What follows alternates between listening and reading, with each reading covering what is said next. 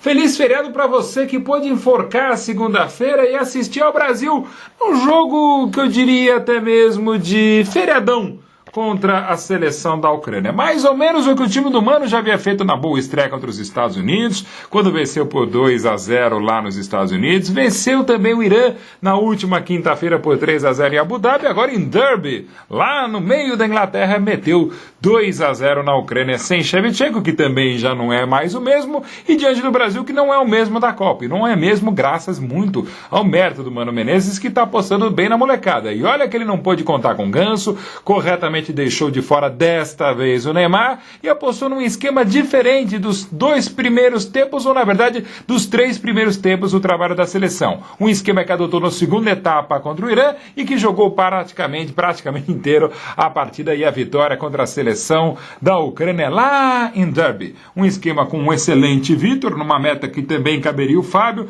mas tem apostado em nomes como Jefferson, que vive um grande momento, e também agora no ótimo goleiro promissor do Furacão, o goleiro Neto.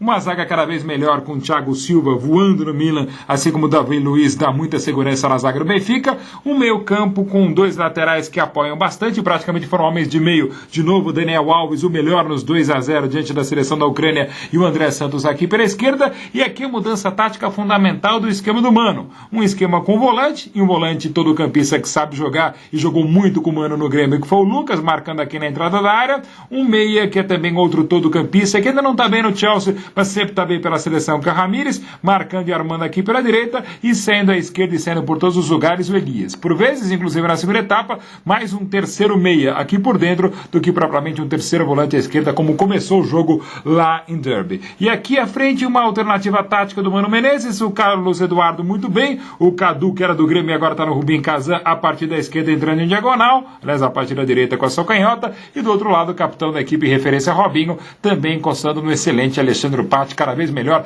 cada vez mais titular absoluto do Brasil, do técnico Mano Menezes. Mas com esse esquema, apenas com 2 armadores chegando, o Robinho por aqui e o Carlos Eduardo por aqui, às vezes faltou isso, entrar em diagonal, coisa que o Brasil fez melhor com o Felipe Coutinho e que fez também um pouquinho melhor na segunda etapa, quando, repito, o Elias deixou de ser esse terceiro volante, para ser um terceiro meia. Por aqui, nesse esquema, que aí sim, parece o 4-2-3-1 tão grato ao Mano, usado no Grêmio e também no Corinthians campeão, com 2 volantes, um saindo um pouco mais, no caso aqui, o Ramires. 3 meias, Carlos Eduardo, Elias e Robinho, ou poderia ser Carlos Eduardo, por exemplo, o Juliano, que de novo entrou muito bem, ou mesmo o Felipe Coutinho, que pode e deve ficar entre qualquer seleção que hoje se faça no Brasil, uma alternativa tática interessante para encostar no pato, depois o Neymar muito bem, e nos esquemas que a seleção brasileira mostrou contra o time da Ucrânia lá em Derby, que o Brasil pode fazer coisas muito boas, como tem feito o novo líder do Brasileirão, é o Cruzeiro. Olha lá ao fundo, tudo azul aqui no estúdio da Rádio Bandeirantes,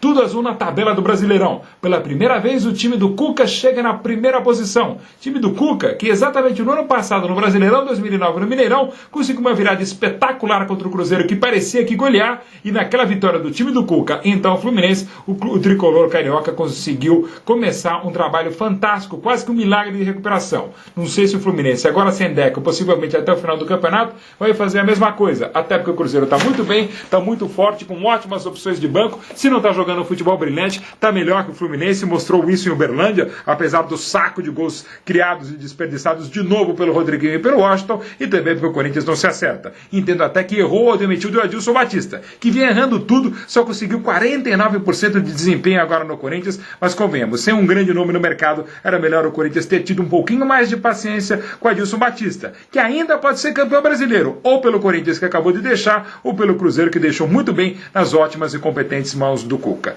Eu sei que há umas 2 semanas eu acreditava um pouco mais no Corinthians, sem descartar o Fluminense. Agora eu sou obrigado a acreditar ainda mais na chegada, no atropelamento final do Cruzeiro, e, sem, claro, tirar as chances do Fluminense, que segue forte, do Corinthians muito desfalcado e sem treinador, e, claro, do campeão da América Internacional, claro, do Santos campeão da Copa do Brasil, e o dos demais ainda muito distantes. Até porque o Botafogo, que poderia chegar, não chega mais em lugar algum, não tem chegado. São 8 jogos sem vitória, 7 empates seguidos e esse último diante do Palmeiras, que não deve chegar na Libertadores pelo Brasileirão, mas pode ir longe jogando na Sul-Americana. Isso, claro, se o São Paulo não chegar um pouco além, mas aí já é supor demais. E na turma de baixo, o Galo não se emenda. Mas ainda tem jeito com o Dorival Júnior. Eu só não sei se tem mais jeito o Corinthians sem Adilson Batista. Mas isso é papo para a coluna dessa semana no Yahoo e papo também para o videoblog que volta na outra segunda-feira.